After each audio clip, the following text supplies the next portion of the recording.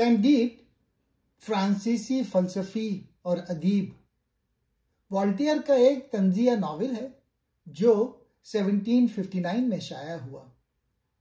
ये यूरोप के रोशन ख्याली यानी एनलाइटमेंट दौर की सबसे मशहूर और असरअंगेज किताबों में शुमार होती है। इस नावल के कुछ अहम मौज़ूआत और पैगामात हैं। फलसफियाना रुजाइयत या ऑप्टिमिज्म पे तनकीद की है। उन्होंने कहा है कि अपना बाग संभालो, यानी फारिग बैठना या बेइंतहा फलसफियाना बहसों में उलझना बेकार है। उन्होंने अमली काम या एक्शन पे जोर दिया है। वॉल्टेयर का मौक़िफ़ है कि बड़े बड़े गैर हलशुदा सवालात पर गौर करने के बजाय हकीकी खुशी और ज़िंदगी की मुश्किलात से निजात ठोस और अमली काम में मिलती है। फ़र्द की आज़ादी और ज़िम्मेदारी। नावल में यह पैगाम दिया गया है कि दुनिया चाहे अफरा तफरी से भरी हो, मगर इंसान के पास ये इख्तियार और आज़ादी है कि वो अपनी कोशिशों और अमल के ज़रिए खुशी को अपना इंतखाब बना सके। इंसान को दुनिया की खामियों को तस्लीम करते हुए भी सख्त मेहनत, हकीकत पसंदी और अपने करीबी माहौल पर तवज्जो देकर ज़ाती सुकून और इत्मीनान हासिल करने का खुलासा। मरकजी किरदार कांदीद एक सादा दिल और नेक नियत नौजवान है जो एक महल में परवरिश पाता है। उसका उस्ताद पेंगलोस उसे ये सिखाता है कि ये दुनिया सबसे बेहतरीन मुमकिन दुनिया है और जो कुछ होता है वो बेहतरीन के लिए होता है। कांदीद अपनी महबूबा कुनीगोन से मोहब्बत करता है, लेकिन हालात की सितमज़रफ़ी से दोनों जुदा हो जाते हैं। इसके बाद कांदीद दुनिया भर का सफ़र करता है, जंगें देखता है, जुल्म और क़त्ल आम का मुशाहिदा करता है, ज़लज़ला, लिस्बन का मशहूर ज़लज़ला और बीमारियां जैसे हादसात देखता है, गुलामी, लालच, धोखाधड़ी और मजहबी शिद्दत पसंदी का सामना करता है। यानी वो देखता है कि दुनिया में दुख, नाइंसाफी और जुल्म आम है और उसके उस्ताद पेंगलोस का सब अच्छा है वाला फलसफा हकीकत से मेल नहीं खाता। वॉल्टेयर दिखाता है कि यह कहना कि सब अच्छा है हकीकत से इनकार है।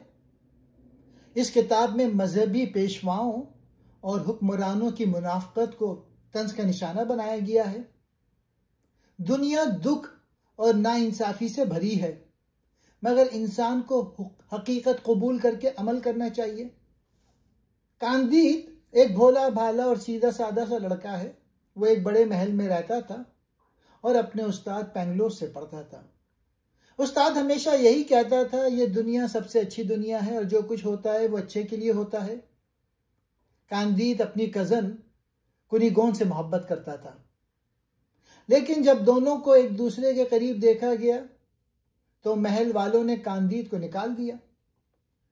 अब उसकी मुसीबतों का सिलसिला शुरू हुआ। मुसीबतें और सफ़र। फौज वाले उसे पकड़ लेते हैं और सख्त सज़ा देते हैं। वो जंग में लोगों का कत्ल गारत और गांव जलते देखता है। ज़लज़ला आता है, शहर तबाह हो जाता है। मजहबी लोग कहते हैं ये गुनाहों की सज़ा है और मासूम लोगों को जला देते हैं। कांदीद हैरान होता है कि क्या वाकई ये सब अच्छा है। कुनीगोन दोबारा मिलती है। कांदीद को बाद में पता चलता है कि कुनीगोन जिंदा है। वो उससे मिलता है, लेकिन देखता है कि उसने भी बहुत दुख झेले हैं। वो गुलाम बनी, उस पर हमला हुआ और उसके खानदान को मार दिया गया। नए लोग, नई जगहें। एक नौकर काकाम्बो उसका साथी बनता है। वो एल्डोराडो नाम के जादुई मुल्क में जाते हैं जहां सब लोग खुश हैं, कोई गरीब नहीं और सोना पत्थरों की तरह बिखरा हुआ है। लेकिन कांदीद वहां भी नहीं रुकता क्योंकि उसका दिल कुनीगोन के साथ है। हकीकत की दुनिया। एल्डोराडो से निकलने के बाद फिर दुख ही दुख हैं, गुलामी, बीमारी, लालच, धोखा, जंगें, सब देखता है। एक फलसफी मार्टन से मिलता है जो कहता है कि दुनिया सिर्फ बुरी है। पेरिस और इंग्लैंड जैसे बड़े शहरों में भी मुनाफकत और नाइंसाफियां देखता है। आखिर में कैंडिद कुनीगोन को दोबारा मिल लेता है, लेकिन अब वो बूढ़ी और बदसूरत हो चुकी है। फिर भी कैंडिद उससे शादी कर लेता है। वो सब लोग एक छोटे से खेत में रहने लगते हैं। कैंडिद आखिर में ये नतीजा निकालता है कि ज्यादा बहस और ख्वाब देखने के बजाय बेहतर है कि इंसान अपना काम करे, जमीन उगाए और अपनी मेहनत से जिंदगी गुजारे। सबक: दुनिया हमेशा अच्छी नहीं होती। जिंदगी में दुख और नाइंसाफियां आम हैं, लेकिन खुशी सिर्फ मेहनत और हकीकत पसंदी में है। फलसफे और बड़े बड़े दावों से ज्यादा जरूरी है कि अपना बाग खुद उगाओ, यानी अमली जिंदगी गुजारो। कैंडिद में वोल्टेयर का मरकजी पैगाम यह है कि वो हद से ज्यादा पॉजिटिव थिंकिंग या ऑप्टिमिज्म पे तनकीद करता है, खास तौर पे इस फलसफियाना ख्याल पर कि हम बेहतरीन मुमकिन दुनिया में रह रहे हैं। इसके बरक्स वो जिंदगी के लिए एक अमली रवैया अपनाने की तलकीन करता है, यानी अपना बाग संभालने पर तवज्जो देना। मतलब यह है कि इंसान को मुफीद और बामकसद कामों में मसरूफ रहकर अपनी ज़ात और अपनी बरादरी को बेहतर बनाना चाहिए, बजाय इसके कि वो दुनिया के बड़े बड़े राजों पर बेफायदा गौर व फिक्र करें। नॉवेल ये दलील देता है कि अमली काम ही वो रास्ता है जो इंसान को सुकून और इत्मीनान अता करता है और दुख, जंग और नाइंसाफी से भरी इस दुनिया में तकालीफ को कम करने का जरिया बनता है। वोल्टेयर के नॉवेल कैंडिद का ख़त्म इस तरह होता है कि मरकजी किरदार कैंडिद, कुनीगोन और पेंगलोस एक छोटे से खेत पे बस जाते हैं और अपनी मेहनत से एक मुतमईन जिंदगी गुजारने लगते हैं। जब पेंगलोस ये साबित करने की कोशिश करता है कि ये सब बेहतरीन के लिए ही हुआ है, तो कैंडिद उसकी बात रद्द करते हुए मशहूर जुमला कहता है, हमें अपना बाग संभालना चाहिए। ये आखिरी पैगाम इस बात की अलामत है कि इंसान को खुशी और जिंदगी का मकसद हासिल करने के लिए अमली और ठोस कामों पर तवज्जो देनी चाहिए, बजाय इसके कि वो खैर और शर की फितरत पर पेचीदा फलसफियाना मुबाहिस में उलझ कर अपनी जिंदगी ज़ाया करे। वोल्टेयर ने इस किताब में तनकीद की है, खास तौर पर इदारों, चर्च और बादशाहों की मुनाफकत और बदउनवानियों को बेनकाब किया है। मजहबी जुनूनियत: यह नावल मजहबी अदम बर्दाश्त और उससे जुड़ी हुई तशद्दुद पसंदी पर तनकीद करता है और दिखाता है कि ये इंसानी दुखों में कैसे इजाफा करती है। समाजी नाइंसाफी: कैंडिद गुलामी और तबकाती कशमकश जैसे मसाइल को भी उजागर करता है और उस दौर की सख्त हकीकतों को सामने लाता है। इस किताब पर पाबंदी और सेंसरशिप: इस किताब पर मुख्तलिफ अदवार और मकामात पर पाबंदी लगाई गई और इसे सेंसर किया गया, क्योंकि इसे मजहबी रजाइयत पर गुस्ताखाना हमला, सियासी बगावत पर उकसाव और फहश निगारी समझा गया। 18वीं सदी में फ्रांस और जेनेवा के हुक्काम ने इन्हीं वजूहात की बना पर इसकी मजम्मत की।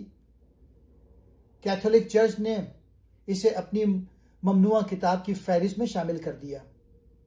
अमेरिका में भी 1930 में इसे फहाशी के इल्जाम में सेंसर किया गया, लेकिन बाद में यह पाबंदी खत्म कर दी गई। कैंडिद की शख्सियत की अहम खसूसियात: मासूमियत और पाकीज़गी। कैंडिद का नाम खुद सफेद या चमकता हुआ मायने रखता है, जो उसकी मासूम और पाक दिल फितरत की अक्कासी करता है। वो एक सादा और नेक दिल नौजवान है। अंधी अकीदत और सादा लोही: वो इंतहाई सादा लौ है और अपनी राय बनाने से कासिर है। अपने उस्ताद पेंगलोस की रजाइयत पसंद दुनिया बीनी को बिला चूं चरा कबूल करता है और नाकाबिल यकीन दुखों के बावजूद उस पर कायम रहता है। नेक दिली: अपनी सादगी के बावजूद कैंडिद ईमानदार और बुनियादी तौर पर नेक दिल है। वो ज़रूरतमंदों को देने में हिचकिचाता नहीं, यहाँ तक कि जब खुद सब कुछ खो चुका हो। ख्याली मगर आखिर में अमली। उसकी इब्तदा की ख्याली सोच उसकी कुनगोन से शादी की ख्वाहिश और पेंगलोस के फलसफे पर ईमान से पैदा होती है। ताहम बरसों की मुसीबत के बाद वो आखिरकार एक तर्क किसान के अमली और सादा मशवरे अपना बाग संभालो से सबक हासिल करके जिंदगी में मकसद और सुकून तलाश करना सीखता है। इस नावल में 30 चैप्टर हैं। पहला, कैंडीड एक महल में रहता है। उस्ताद पेंगलोस उसे ये फलसफा सिखाता है कि ये दुनिया बेहतरीन मुमकिन दुनिया है। कैंडीड अपनी कज़न कुनीगोन से मोहब्बत करता है, लेकिन यह राज फाश होने पर उसे महल से निकाल दिया जाता है। बाप 2, कैंडीड फौज में जबरदस्ती भर्ती कर लिया जाता है। वो सख्ती और सजा का सामना करता है मगर किसी तरह भाग निकलता है। बाप 3, वो एक जंग देखता है जिसमें दोनों तरफ कत्लो गारत, आग और तबाही। पेंगलोस की सब अच्छा है वाली सोच इस हकीकत से मेल नहीं खाती। चौथा, कैंडीड दोबारा पेंगलोस से मिलता है जो बीमारी यानी सिफिलिस का शिकार होता है। वो बताता है कि कुनीगोन के खानदान को मार दिया गया है। 5वां चैप्टर, वो दोनों लेस्बन जाते हैं लेकिन वहां जलजला आ जाता है, हजारों लोग मर जाते हैं। कैंडीड सोचता है कि क्या वाकई सब अच्छा है। 6वां चैप्टर, जलजले के बाद मजहबी पेशवा फैसला करते हैं कि गुनाहों की सजा के तौर पर लोगों को जलाया जाए। पेंगलोस को फांसी दी जाती है और कैंडीड को कोड़े मारे जाते हैं।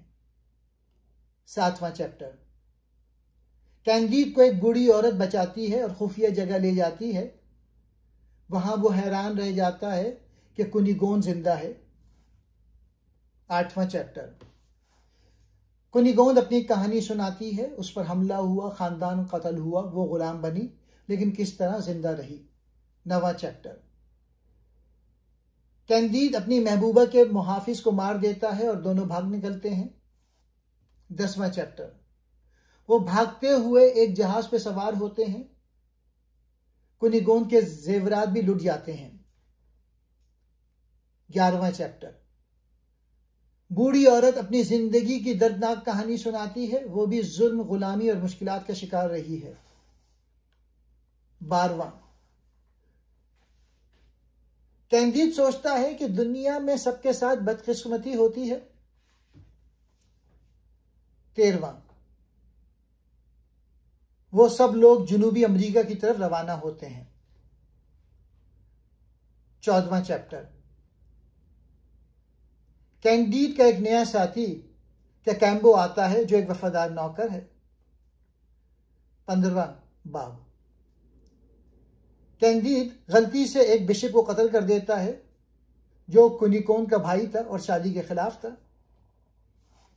16वां चैप्टर, कैंडीड और कैम्बो जंगल में आ जाते हैं जहां आदमखोर कबीले के हाथ लग जाते हैं लेकिन वो किसी तरह बच निकलते हैं। 17वां चैप्टर, वो एक खुफिया मुल्क एल्डोराडो पहुंचते हैं जहां सब खुश हैं, इंसाफ है और सोना चांदी आम चीज है।